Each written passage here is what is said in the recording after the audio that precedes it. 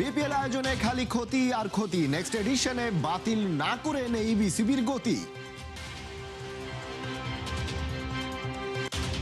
ম্যাকের wicket দেখে তাসকিনদের মুখে চওড়া হাসি, সিমন্সের কথা ফের চমক দেখাতে মুখিয়ে আছি। থামছেই না অস্ট্রেলিয়ার ব্যাটিং প্র্যাকটিস, এবারে ভীষণ টেনশন কপাল পূর্বে টসে হেরে গেলে। ভিসা জটিলতায় দেশেই মাছি মারছে অ্যাডাম অব্বসরা, থাইল্যান্ডে হয়তো যাওয়াই এবার হচ্ছে না।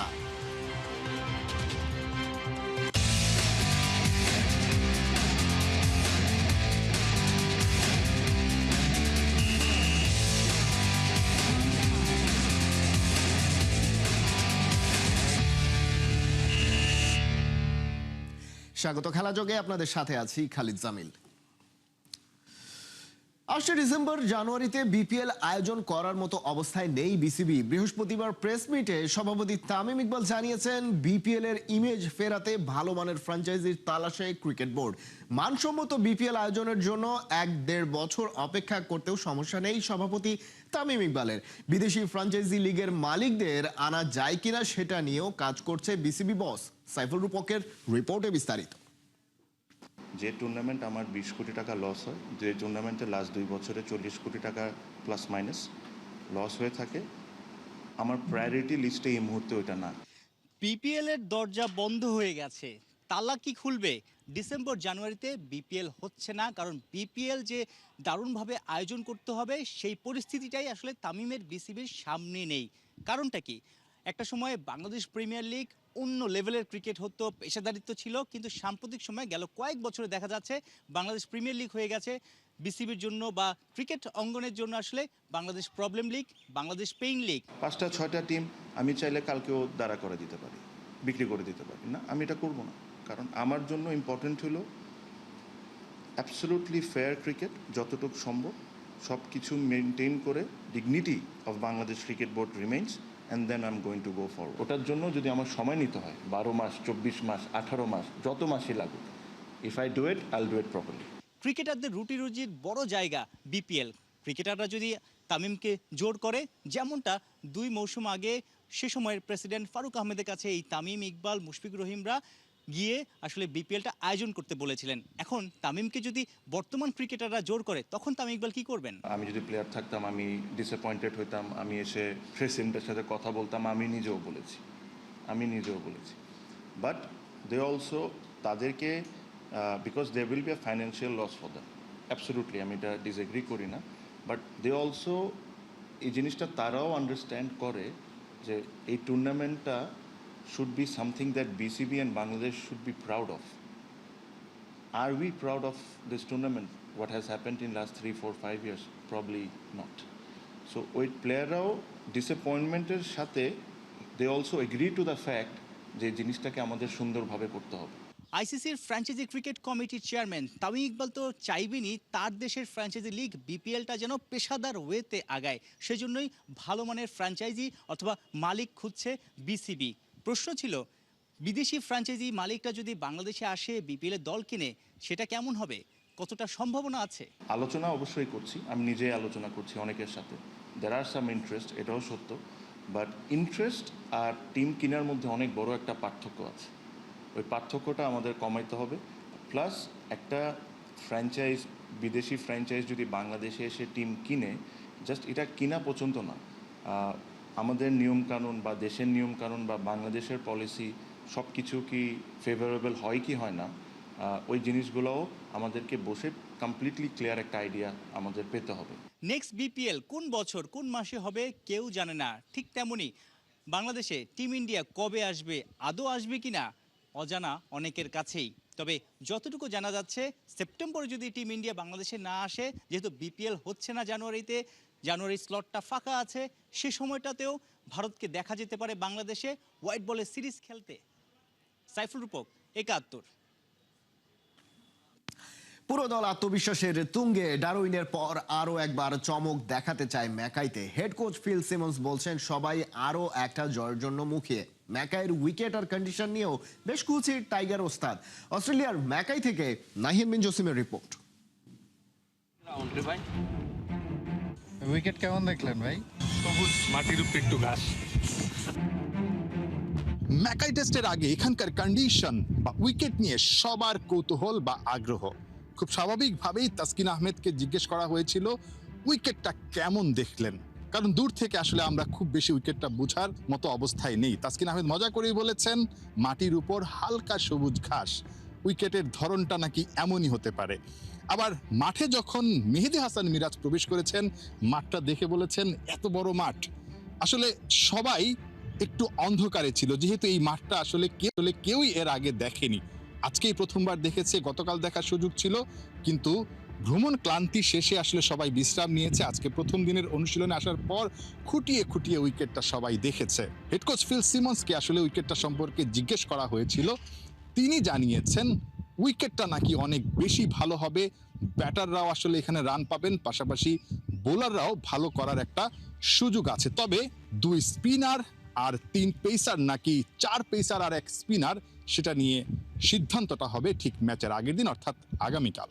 No, the pitch looks really good. It's a nice covering of grass.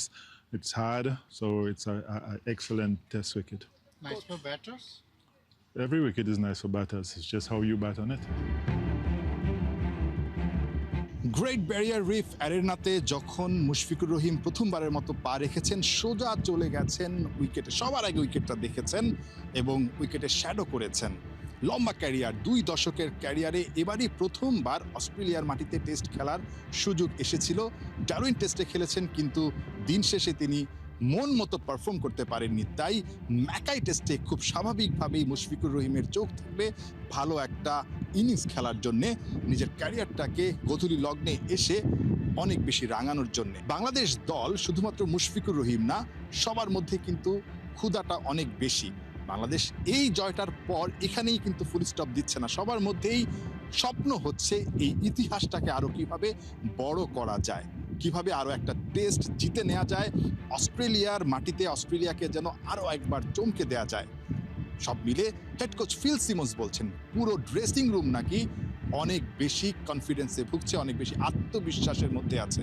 এই আত্মবিশ্বাসটাই তারা 22 গজে কাজে লাগাতে চাইছে। There must be some sort of confidence after winning a test match.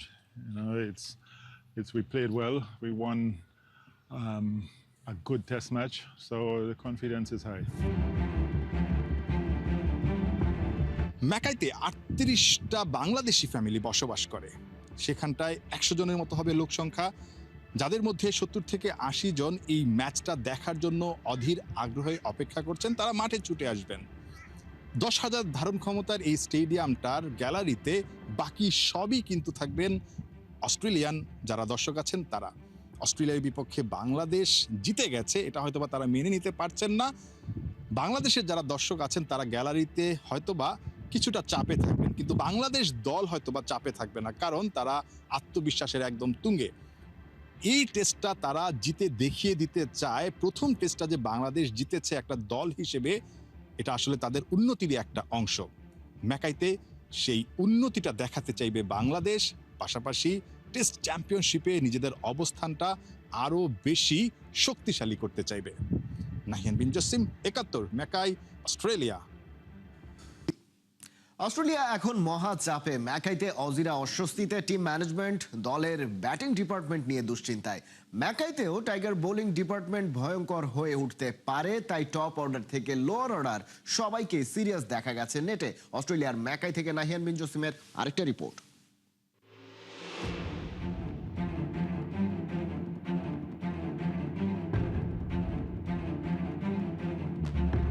দারুণ একটা স্টেডিয়াম, দারুণ সুবিধা। ঠিক এই জায়গাটায় বসে কফি খেতে খেতে বা চা খেতে খেতে অজি দর্শকরা চাইবেন বাংলাদেশের বিপক্ষে স্টিভেন স্মিথ বা প্যাট কামিন্সরা ছড়ি ঘুরাবেন, এই দৃশ্যটাই তারা দেখতে চাইবেন। কিন্তু ঠিক অস্ট্রেলিয়া এখন যেই অবস্থায় আছে, তাতে করে তারা আসলে বেশ চাপেই আছে এবং ঠিক ওভাবে ডমিনেট করতে গেলে কিন্তু তাদেরকে অনেক ভালো ক্রিকেট খেলতে হবে, বাংলাদেশ ছেড়ে কথা বলবে না।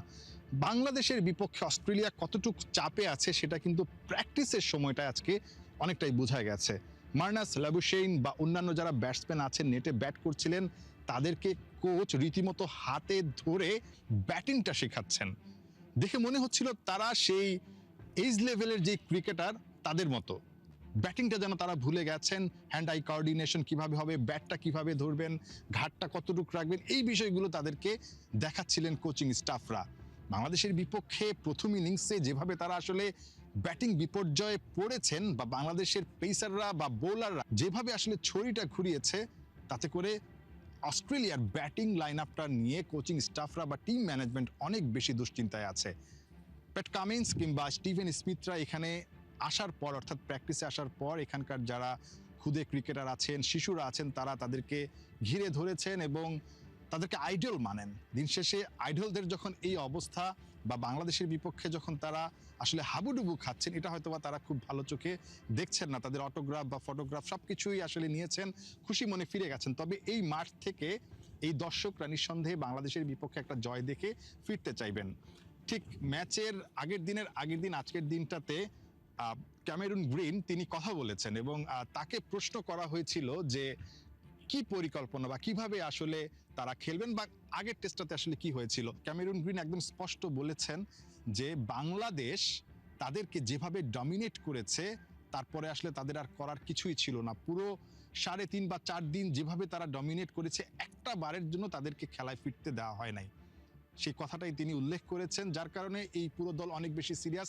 বাংলাদেশ দল যখন প্র্যাকটিস করছিল, তখন আসলে ট্রাভিস হেড বা বি ওয়েবস্টার তারা হেঁটে যাচ্ছিলেন বাংলাদেশের প্র্যাকটিসের দিকে, আর চোখে মাথা ঘুরিয়ে বিভিন্নভাবে তাকাচ্ছিলেন, দেখছিলেন এই দলটা আসলে কিভাবে এতটা ভালো করছে, এখানেও কি একই রকম তারা পারফর্ম করবেন। যদি তেমনটা হয়, অস্ট্রেলিয়ার ক্রিকেট ইতিহাসের সবচাইতে কলঙ্কজনক অধ্যায়টা কিন্তু এই ম্যাকাইতে, এই গ্রেট ব্যারিয়ার রিফ অ্যারেনাতে হতে যাচ্ছে।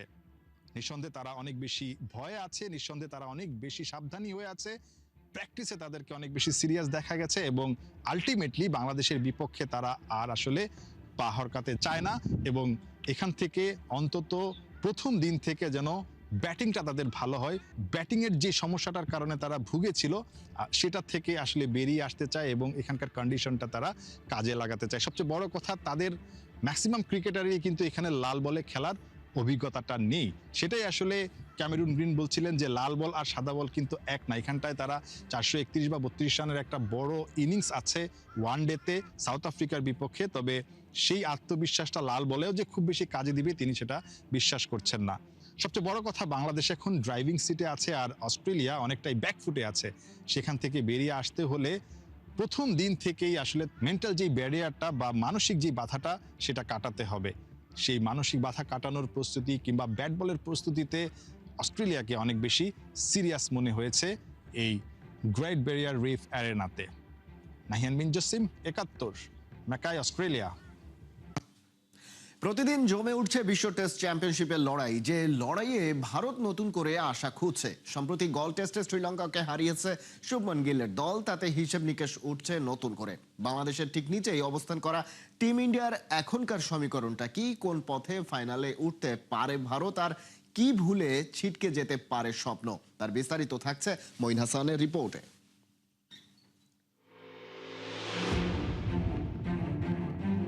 টেস্ট চ্যাম্পিয়নশিপে ভারতের চেয়ে ভালো অবস্থানে আছে বাংলাদেশ, তবে টিম টাইগারদের একেবারে নিচেই অবস্থান করছে ইন্ডিয়া। বাংলাদেশ থেকে যখন মেলানো হচ্ছে ফাইনালের হিসাব নিকাশ, একই সাথে ভারতও একই হিসাবে ব্যস্ত। সম্প্রতি শ্রীলঙ্কাকে হারিয়ে গল টেস্টে জয় পায় ভারত, যা তাদের জন্য একটা নতুন বুস্টার হিসেবে কাজ করছে। লঙ্কানদের বিরুদ্ধে 165 রানের জয়ে নতুনদের মধ্যে আশা খুঁজছে এশিয়ান জায়ান্টরা। গুরুত্বপূর্ণ এই জয় ভারতের ফাইনাল খেলার পথ কতটা সহজ করলো, নাকি এটা কেবলই শুরু? গল টেস্টে ভারতের জয়ের গল্প লিখতে দুই নাম সবচেয়ে বড়, মানব সুতার ও দেবদূত পাডিক্কাল। ম্যাচে 10 উইকেট নিয়েছেন সুতার। অন্যদিকে প্রথম ইনিংসে 167 রান ও দ্বিতীয় ইনিংসে 44 রান করেন পাডিক্কাল। তাদের পারফরমেন্সে ভর দিয়ে ভারতের ঝুলিতে জমে 12টি পয়েন্ট। কিন্তু পয়েন্ট টেবিল কি ভারতের পক্ষে কথা বলছে? পয়েন্ট টেবিল সেরকম বলছে না। সেখানে তাকালে দেখা যায় ভারত শীর্ষ 2-এ নেই, শীর্ষ 4-এও নেই, তারা আছে 5 নম্বর অবস্থানে। 10 টেস্ট শেষে দলটা জিতেছে 5 ম্যাচে, 4 ম্যাচে দেখতে হয়েছে হারের বেদনা। এর মধ্যে 1 ম্যাচ ড্র। সাথে আছে 64 পয়েন্ট, আর শতকরার হিসাবে তা 53.33। এখন পর্যন্ত 2বার টেস্ট চ্যাম্পিয়নশিপের ফাইনাল খেলেছে ভারত, কিন্তু এবার ব্যর্থতার চিত্রটা স্পষ্ট। আর এখন ভারতের জন্য সমীকরণটা ডু অর ডাই সিচুয়েশন। এই পরিস্থিতির পেছনে ভারতের অতীত ফলাফলগুলো দায়ী। আসুন দেখে নেই কি সেই ফলাফল আর এখন ভারতের কি করণীয়।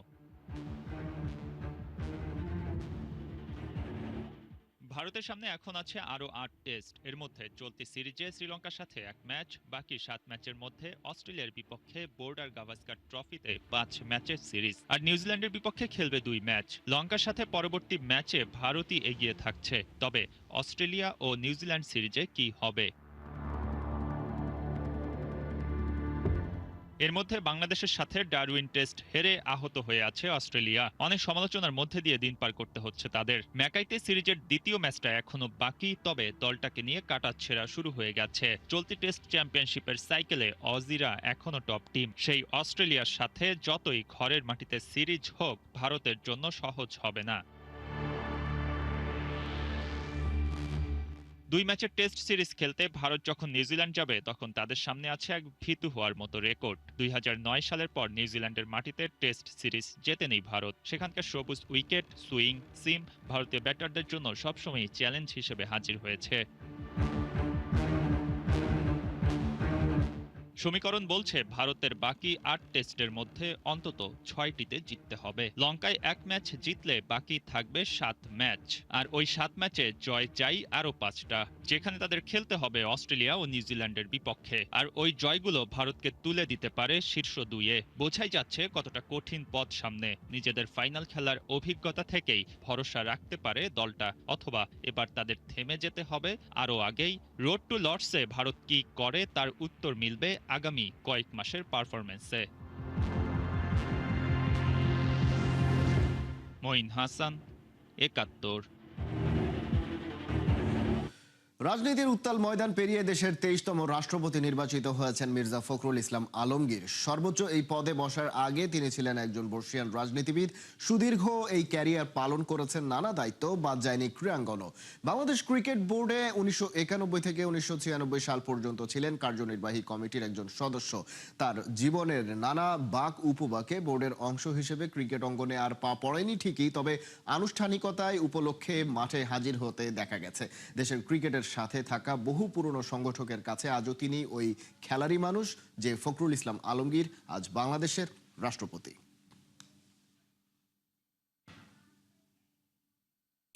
থাইল্যান্ডের মাটিতে খেলার কথা ছিল প্র্যাকটিস ম্যাচ, কিন্তু 20 তারিখেও থাই ভিসা হয়নি অ্যাডাম আব্বাসদের।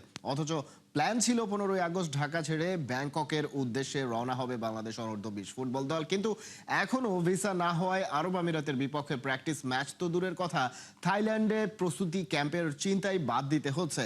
জেরার্ড জোন্সের শিষ্যদের এখন সরাসরি উজবেকিস্তানে গিয়ে এএফসি আন্ডার-20 এশিয়ান কাপ কোয়ালিফিকেশনে খেলা ছাড়া আর উপায় বাকি। বিস্তারিত শেখ আশিকের রিপোর্টে।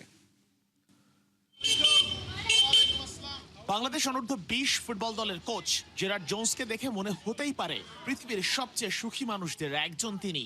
কমলাপুর স্টেডিয়ামে প্র্যাকটিস সেশন শেষ করে বের হচ্ছেন খুশি মনে। দেখতে তাকে যতই খুশি লাগুক, তার জীবনের সবকিছু কি প্ল্যান মতো চলছে? একদমই না। বাংলাদেশ অনূর্ধ্ব-20 দল নিয়ে তার প্রথম অ্যাসাইনমেন্ট। কথা ছিল 15 আগস্ট থাইল্যান্ড গিয়ে আরব আমিরাতের বিপক্ষে একাধিক প্রিপারেশন ম্যাচ খেলবে অ্যাডাম আব্বাস, জিদান ইউসুফরা। কিন্তু কিসের কি, যাওয়ার ডেটের পর আরো 5 দিন পার হয়ে গেলেও ভিসা হয়নি ফুটবলারদের। বাংলাদেশ অনূর্ধ্ব-20 দলের যাওয়ার কথা ছিল থাইল্যান্ডে, কিন্তু শেষ পর্যন্ত 15 তারিখে যাওয়ার কথা থাকলেও ভিসা না হওয়ায় সম্ভবত থাইল্যান্ড যাওয়া হচ্ছে না বাংলাদেশের। যশোরের শামসুল হুদা একাডেমির ক্যাম্পে বেশ ভালো প্রস্তুতি নিয়ে এসেছে জেরার্ড জোন্সের শিষ্যরা। প্ল্যান ছিল ঢাকায় ফিরে বড়জোর 2টা ট্রেনিং সেশন করবে দল, এরপরই ধরবে ব্যাংককের বিমান। কিন্তু একাধিক প্রস্তুতি ম্যাচ তো দূরের কথা, এখন থাইল্যান্ডে যাওয়াই আর হচ্ছে না প্লেয়ারদের। এএফসি এশিয়ান কাপ বাছাইয়ের কোয়ালিফাইং রাউন্ডের আগে থাইল্যান্ডের ক্যাম্পটা আসলেই দরকার ছিল আন্ডার-20 দলটার জন্য, কিন্তু ভিসা না পাওয়ার ব্যাপারটা আসলেই হতাশাজনক।